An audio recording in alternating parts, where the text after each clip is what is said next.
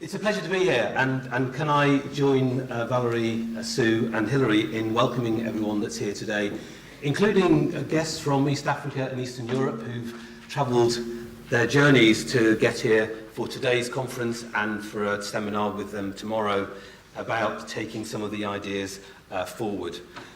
And as I was thinking and working with Arnon and Jenny Gray and Hilary in putting this conference together, it felt like we were able to assemble something of a dream team for me, because the world that's a lot for me for the last 12-15 years in terms of working towards this notion of prevention just became so desperately important.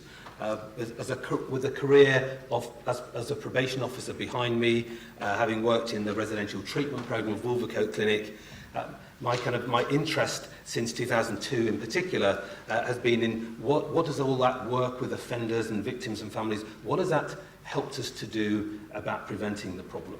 I don't know where you spent last night. I spent last night on a couch in Shoreditch in my son and daughter-in-law's home. Was woken up with a bowl of porridge by my granddaughter Lila. Well, actually, she spilled the bowl of porridge. So, having mopped up the porridge that was to be my breakfast, we think with her and Johnny, reading some books, and thinking, gosh, prevention is about what are we doing today, tomorrow, next month, next year, to make sure these little people don't suffer the horrors that others that have gone before have suffered.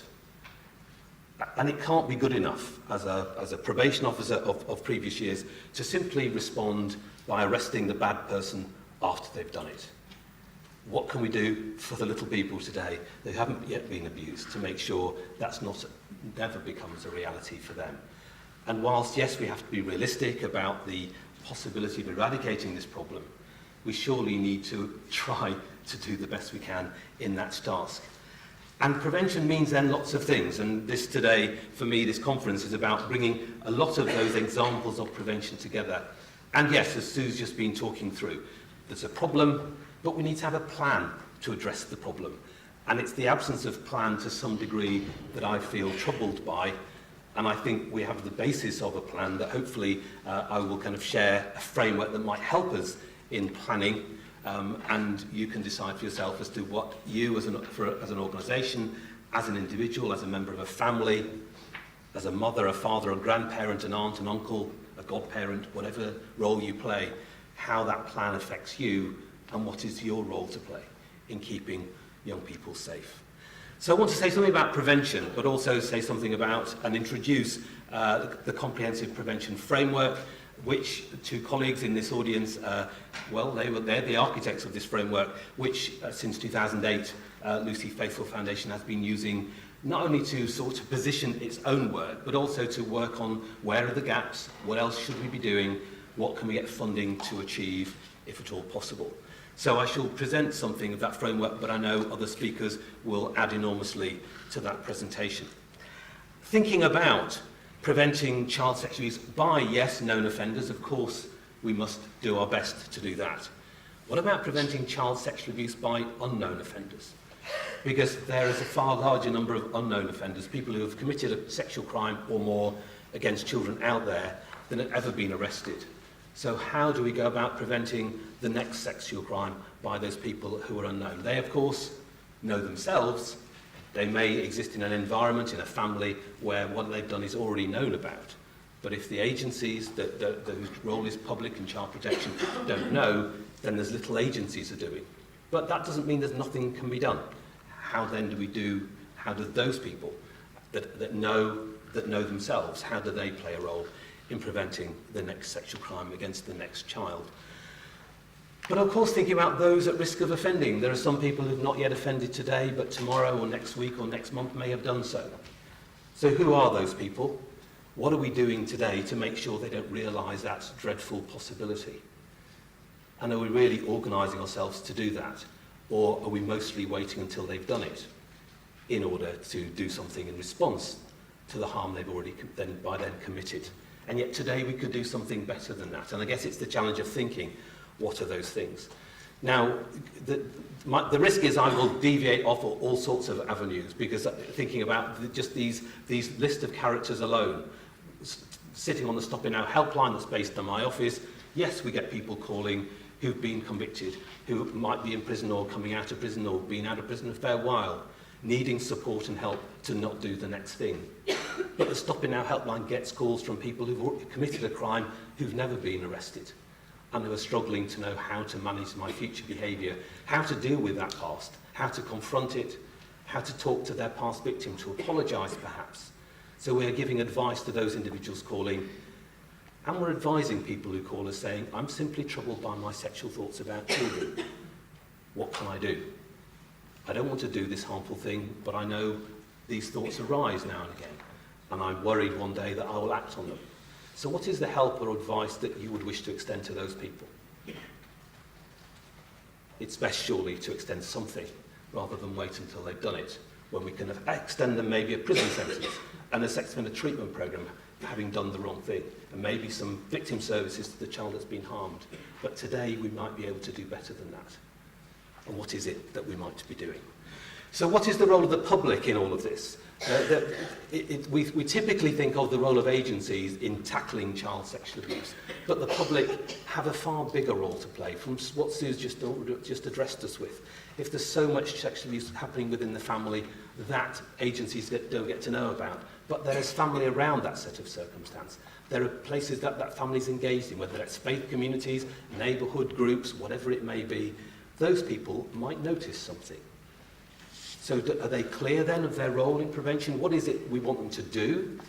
And in order to do the thing we want them to do to prevent child sexual abuse, what do they need to know? And are we making sure today they know what they need to know and have the confidence to act? And know where they can get support and help.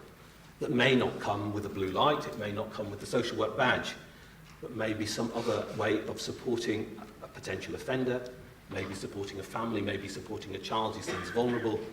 So do they know what to do, the signs to look out for, and have they got the confidence support to do those things? And what about children themselves? Because often we think of parents having a primary role, and I hopefully that they do, and broader members of the public, in keeping children safe. But surely children themselves need good information and the confidence to know when to be troubled, the confidence to know there are adults or bigger people around them that would want to help and support them when they're troubled, worried about something, ideally before the worst thing has happened. So what is it they need to know, these children? And are we making sure they get that information? Part of the reason today, actually, for thinking of inviting Simon Blake from Brook, thinking about the role of sex and relationships education in schools. Because I know it's just a troubled land, and this is not an easy terrain for us to think about sometimes. But what is the conversation we want to be had with 4, 5, 6-year-olds, 8, 9, 10-year-olds, 14, 15-year-olds, about keeping themselves safe, about knowing what to react to and who to turn to when they're troubled, but also how to keep their mates safe. Equally, how to behave responsibly alongside of other people. When I was at a conference with Church's Child Protection Advisory Service, the first time I came across a book. It's called An Exceptional Children's Guide to Touch. It is not an exceptional book, except it's just very attractively written. It talks to children about it's not nice to punch and pinch and bite and kick people, nor is it nice to be punched or bitten or kicked. And if that happens to you, then you should tell somebody. And if you do it to someone else, you should apologise for doing that. By the way, it's not nice to pick your nose in front of people because that's a bit rude and people won't like that very much. Don't fiddle with yourself in your pants because, again, that's not very nice when you're in public. You know, if you're doing that kind of thing, you ought to do it in private. But also other people shouldn't be fiddling with yourself in your pants either. And if they do, you ought to tell them to stop and also tell an adult, your parent or someone else you trust about that. For 4, 5, 6-year-olds, having a very ordinary conversation with a happily illustrated book that costs £10.95. I've got 5 children. I have 3 grandchildren and counting. I've made sure that any of my children who happen to have parents yet, and the ones that are coming forward, will get a copy of this book just so that some ordinary, level-headed things are being spoken about with children early days, not in scary ways, not in ways that are trying to spoil their innocence, but just in ways that actually alert them to some possibilities in an ordinary, attractive way. And also let them know that it's not okay to behave badly to other people either, so please don't be mean as children. So, anyway, that's probably half of my speech gone already, and I've not even started. Those are my introductory remarks, by the way. So I have to crack on, don't I? The ECSA project I want to say something about in a second or two. I want to just introduce very, very briefly to what I call the models. So Finkelhall's 4 preconditions model. Look, it's not rocket science. It is not a new model. I was challenged at a recent conference by a minister of religion about presenting a model from 1984 at a conference. Of course, my wife, when I got home, said, well, did you ask him what model as a clergyman he was operating to? Because my guess is his is slightly older than yours. And I had forgotten. But for the next time, I'm just waiting for the next Minister of Religion to challenge me about the age of my models. Anyway, so I want to say something about Finkelhall's model, want to then kind of like travel that into this comprehensive prevention framework and how we're using it. And then look at today in terms of what does theory into practice mean. The point of putting today's conference together was not only to provide some frameworks in terms of thinking about our work, but also to give some practical examples of what things are being done, could be being done, that belong in that framework, that together, in combination, the plan is to make things work in combination, will have a cracking chance of actually preventing rather a lot of child sexual abuse. So it's bringing this thinking together and presenting it to you today, hopefully, is an illustration of theory into practice. And can I suggest, for the day, but certainly for this talk, can you grab out a couple of the pages from your handouts, from your handout packs? One would be the agenda. That wouldn't be a bad thing. The other would be there's a page that's the ECSA pages, the purple. They're on the right-hand side.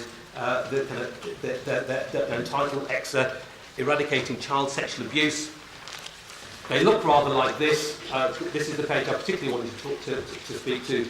And it's got a table at the bottom on the reverse of it. In about 10 minutes with a fair wind, I should get round to just addressing some points in here, and it will be useful if you have that in front of you when I come to do that. As I say, framework for today, but hopefully a framework that you'll take beyond today and implement in your whatever location that you've come from as a hopeful way of tackling and preventing child sexual abuse. Things that probably need to be positioned at the front end in terms of talking about the problem of child sexual abuse. In the UK, we would expect, and this is a European story as well, and an international story too. In Europe, the Council of Europe have a campaign, it's called 1 in 5, because in Europe, the Council of Europe believes 1 in 5 children across Europe experience sexual abuse in childhood.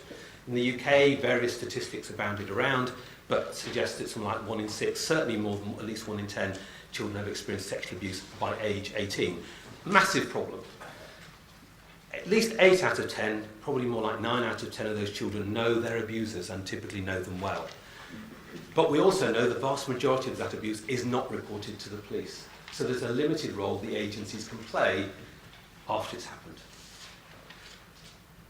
That was really kind of well illustrated by a piece of work by the Office for National Statistics, the Home Office and the Ministry of Justice, published a few months back. Now this is about sexual crimes in teenage and adult years, doesn't include young age child sexual abuse. But just to show, this is published document from HM government, serious government departments putting this information in the public domain. And these circles or ellipses are not to scale. If they were, then the final ellipse on your right, this one over here, would be the size of a pea, probably. Because what they were saying, this is the Office for National Statistics, Ministry of Justice and the Home Office, that in average year, there are about between 430,000 and 517,000 persons directly impacted by sexual assault or rape in an average year in the UK. How does that translate over into convictions in an average year in the UK? Well, we're over here. 5,620 of this nearly 500,000. Now, I'm not sure what else we need to demonstrate to say the story of convicting people in our criminal courts. It's not that it's not doing something, but it's not close to dealing with the vast part of the problem of sexual abuse. And whatever endeavour and whatever expense we throw at it, I do not believe there's any prospect it's going to get a lot better than it currently is. Therefore, the role of prevention, of arming the public and children and young people themselves with information to keep themselves, each other and children safe, surely has to be a critical path to follow, not simply waiting until there's a crime to be committed that eventually might result in a small proportion of those victims getting justice, as the newspapers would talk about. If we're thinking about then prevention, then what do the models in terms of sexual offending behaviour contribute in terms of that thinking? David Finkelhor, back in 1984, a model that is used internationally and in day-to-day work kind of by my own staff and prison probation, social services staff, health service staff in the UK today. And they would simply kind of posit this, and I'm not planning to dwell heavily on this model, but just to remind most of you and maybe illuminate this for one or two people. So what this model from David Finkelhor kind of talked about were there 4 preconditions to child sexual abuse. That for an offender to offend, typically there's be the development of a motivation to abuse, which may have its roots in childhood, and Sue has said something about that. But for others, it may not be that straightforward or that complicated. I'm not quite sure how you see that. Maybe there's something more recent, more in the environment and the situation the person's inhabiting that develops the motivation. But a motivation, for some reason, develops that we might explore a little, certainly in treatment, but we need to kind of figure out what that might be in order to figure out, well, how we make sure this person doesn't do it again, but also how do we reduce the possibility of that motivation developing in other children. And certainly extinguishing child sexual abuse will contribute enormously to actually reducing the motivation for some of those individuals. But some of those, for abuse to happen, that motivation has to do something, and it has to motivate someone to complete this journey, because at the end of this journey, these 4 preconditions, they will have committed a sexual crime against a child. But to get there, they have to negotiate with their conscience. David Finkelhor talked about internal inhibitors, to make it all right to do what they want to do, or that they're interested to do, to actually diminish the gravity of it, perhaps, to minimise the consequences, to actually kind of to allocate the responsibility to the child, not to their own interest or motivation. Remember at Wolvercote Clinic, the kind of Chris, who was on the Isle of Jersey, and as far as he was concerned, 13-year-old girls were going to be having sex with 13-year-old spotty boys. They get a better deal out of me, was his view. Because I'm 35, I have a car, I've got money in my pocket, bottle of champagne, we can go to the beach, have a great time. The girls benefit enormously from that relationship. Therefore, why is it doing anyone any harm? Or Sam the priest, as far as he was concerned, he was rescuing families from appalling circumstances, and indeed he was. Therefore, in the context of all those rescued families, taking this little bit back from this child of 7, 8, 9 really wouldn't matter that much, because the child's circumstances were so massively improved. It's just a little bit back that keeps me going. Or David, who was a babysitter, 18-month, 2-year-old babies, how are they going to know that anything harmful has happened to them? They won't remember, so therefore no harm is done. So individuals kind of justifying to themselves what they're doing, what they're planning, wanting to do next. Maybe tomorrow regretting, and maybe tomorrow actually having a plan as to how not to do it again. And some of them will succeed in executing that plan not to do it again, but of course others won't. How do we help them to do that, to not do it at least again if they've done it once? Third, of course, offenders have to negotiate past other people. How do they make sure that other people don't notice or don't interfere in the abuse that they plan, or don't just simply see, or are so intimidated, maybe in the family environment subject to domestic violence, so intimidated that they don't speak up. They don't do the protective thing we'd wish them to do. And fourth and finally, of course, the offenders have to, well, we talk about the word grooming, groom the victim, to actually make them vulnerable to abuse, but they're fairly smart about spotting vulnerability, but also making sure the child doesn't speak. And most children don't speak about this crime because it's not enabled by society at large, it's not talked about otherwise in terms that allow children to exercise their voice. And offenders, of course, will assist in that process by threats maybe, or by the relationship and by worries about what will happen if you tell, whether you'll be believed. So all manner of things that offenders might do to make sure children don't speak. But frankly, the society's kind of views about this crime is such that I'm not sure that we're assisting children to speak at all either. So I guess it's taking that model and saying, well, if that tells us something about how offending happens, then what have all these players got to do in the task of prevention? What can we do with children to make them less vulnerable? What do we need to do to clarify to them sexual boundaries so that they're clear that actually some people shouldn't touch me in that place, and that I will tell my mum if something happens, or someone else that I trust? How do we make sure that children have those insights to keep themselves and others safe a little bit more than today? Which is not to give them the whole burden of responsibility, but it is to say the sound, strong information that we can give children so that they're less vulnerable to abuse. But also, what can we do to those around children, the vast majority of whom would want to do their best by a child, I'm sure. What do we want them to do to notice in children, but also in those around children, that would enable them and empower them to do something, rather than simply ignore it or brush it off and pretend it can't possibly be that? And newspaper headlines about strange beings called Jimmy Savile or others that actually distract us by the monster that isn't this person I know or I care about. They don't help us to see dangerous behaviour or worrying behaviour in a loved one, someone that we care about, we're married to, or that's within our family or friendship circle. So how do we help people notice behaviours that should trouble them, and to intervene in a way that keeps the child safe and challenges an adult's behaviour perhaps? So that's about this role of the external inhibitor. Let's make it stronger, but they need to know what to look for, and they need to know how to tackle that, which is again the role that Stop It Now and the helpline can play with those individuals should they choose to call. But not forgetting the offenders themselves, some of whom may be troubled, some of them may not be. But how do we get messages about the damage caused, but also about the help available? If you're troubled by your sexual thoughts about children, get help before you get caught, or get help before you've done the wrong thing. Do we extend those messages so that people know there's help available? Or they just think, well, I'm a paedophile, I've just got to get on with life, and hopefully I'll get caught one day, maybe. We'll see.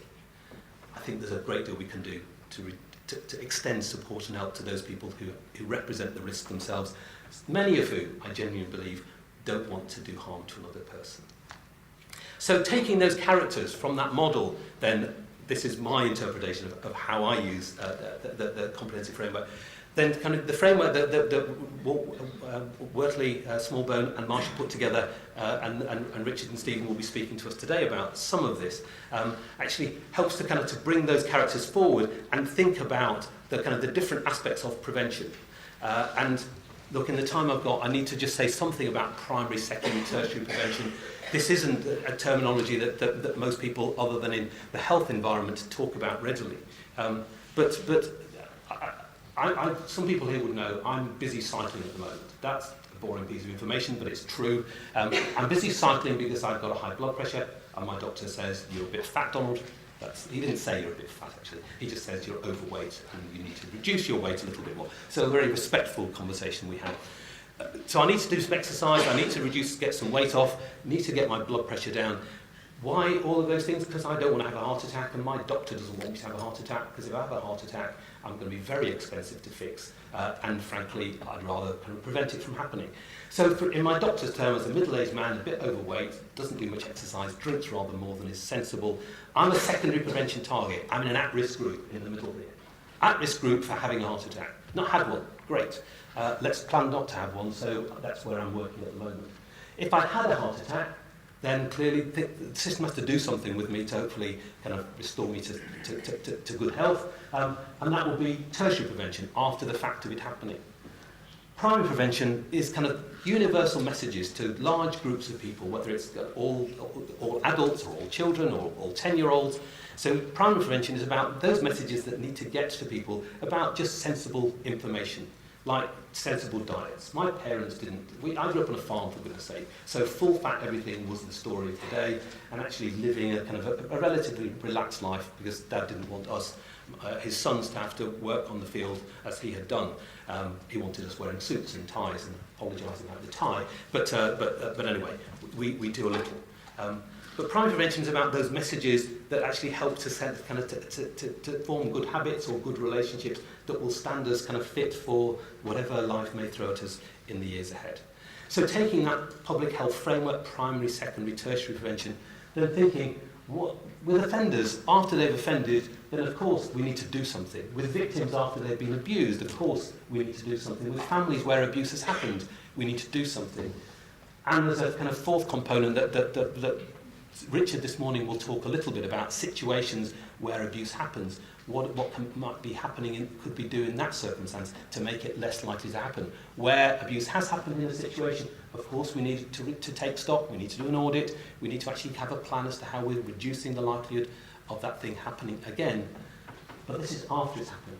What about going upstream to prevent it from happening in the first place? Who are the at-risk groups for becoming offenders, or from becoming victims, or from being families where abuse is more likely to happen? Or where are the situations that are more risky than other situations that we need to address some particular thoughts to about prevention?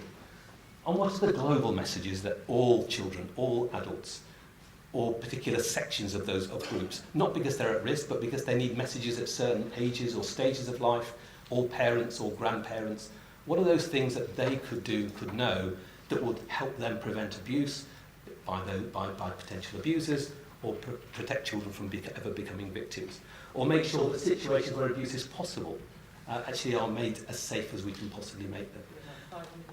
Thank you very much, Larry. So I guess it's taking that framework then, and actually and plotting some services that actually start to address all these things. My career in probation was all over here, in fact, all in this top box. That was my job for lots and lots of years, was responding to convicted offenders with a treatment program, with assessment, saying how risky they were. I didn't meet their victims or their families. That wasn't the role of probation. So we were kind of disconnected at that level anyway. But that was the role I played for a long time. Now, I guess I feel I have a role that inhabits every single box on this sheet. And I'm delighted to work for an organisation, and there are others, of course, that do that have services that provide it in every single box. But we need to do better than that. So, where on the framework would this go? Treatment programs for convicted sex offenders, hopefully it's fairly clear. We're going to go in the top right-hand box. Tertiary prevention for offenders. Whereabouts awareness-raising prevention education programs for all parents and carers. Well, you've got the sheet in front of you. Well, if that's for all parents and carers and it's awareness-raising before it's happened, then we should be putting it in this box here. So, primary prevention for families and communities. What about primary school program of personal safety and sex education for all 10-year-old children? Well, primary prevention and children, because children before they're victims are just children and they need decent sex and relationship education. Internet safety and responsibility lessons for a year group in a school where sexting's been identified as a problem. So there's already a sexual problem going on, they're already kind of posting images themselves or engaging with each other in these sexual ways that may leave them vulnerable, actually may cause some of them to behave in an aggressive way to others. Well, that would be secondary prevention, children. So in this day, we're addressing services in that box. Protective parenting work for young single mums. When I worked in probation back in Hereford and Worcester back in the late 80s, we knew that a number of offenders were targeting gingerbread groups for access to children through their young single mums. In Wales, Stop It Now in Wales is currently working with those young single mums with a particular programme to educate those mums, just to be alert to some of the warning signs and to help them make wise choices about future relationships. So in our terms, there would be a secondary prevention target for families and communities. So you see where the framework is useful in trying to just kind of discipline thinking about what we need to do to begin to have a plan that addresses this problem. Finally, I think safe recruitment training for heads of schools with guidance for safer working practice for all staff. So this is not because there's been a problem yet, it's because then it's to try and head off a problem going forward. So this will be situational prevention, and frankly at the moment it could inhabit any of these bottom boxes, depending on the particular circumstance of that school. So it's taking that framework and actually kind of thinking, well, what are all these things that are going on that we can count in the UK and we can put in that framework, that the Home Office, the Office for the Children's Commissioner, can they grab hold of all these things and see what's valuably going on and where are the gaps, what else needs to be done. And the reason for some of the guests that we brought from East Africa and Eastern Europe together is that we have this project currently called ECSA, Eradicating Child Sexual Abuse, where we are collecting programs that fit in all those boxes on that matrix from across the globe, which is rather a few of them. So we're looking across the globe to see what are different nations doing, or different NGOs or different organisations doing in different nations across the globe that start to speak to treating sex offenders, yes, public education, yes, educating children in schools or in homes, Yes, we can look at that. Kind of broader public education programs kind of that are trying to shift just gendered attitudes that are unhelpful or actually downright dangerous. So we're collecting information about all those things. There are colleagues with me today that are a significant part of that project. And thus far, we have this number of programs that inhabit those boxes. So we're providing a toolkit in the end, and this will be as accessible to you as to colleagues from East Africa and Eastern Europe, that actually says something about how each of these programs is thought about, is conceptualized, how it's delivered. Do you need psychologists to deliver that program, or is it just informed members of the public? Does it need to be a well-trained teacher, or is it someone where there's a readily accessed workbook that is available, you know, at the drop of a hat and for little money? So trying to make prevention just a realistic possibility in whatever context. Because we have some solutions in the UK, but looking at solutions from other parts in the world, then see, well, some of them would work quite well, some of them probably wouldn't work very well. The reason I started putting this together for Lucy Faithfull Foundation was having been asked by a nation in Eastern Europe as to where they should start in terms of preventing child sexual abuse. And I said they need to start with what is the problem, and they need to find some solutions that address that particular problem. And if this framework helps them to think about that, if the programs we include in it help them to see examples of what they might do to address that particular problem that they believe they have, then that would be the best start, rather than me just sell them a program that we've got and say, that will fix their problem. If I don't know it, I don't have insights into their problems, then I need to make sure that actually they bring their understanding to bear and actually have programs suited to that task. So do look at the ECSA website, do look at the pages in our handouts, and actually look and contribute additional programs. Because we haven't finished yet with 170 programs already included in this matrix. This shows something about how Lucy Faithfull is addressing the problem, and this is saying how can we use Finkelhor's model to think about preventing child sexual abuse.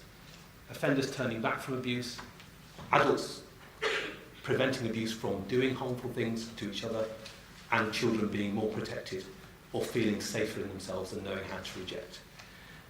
Because child sexual abuse is preventable, it's not inevitable. And thank you very much, and have a great conference. I really hope you get that.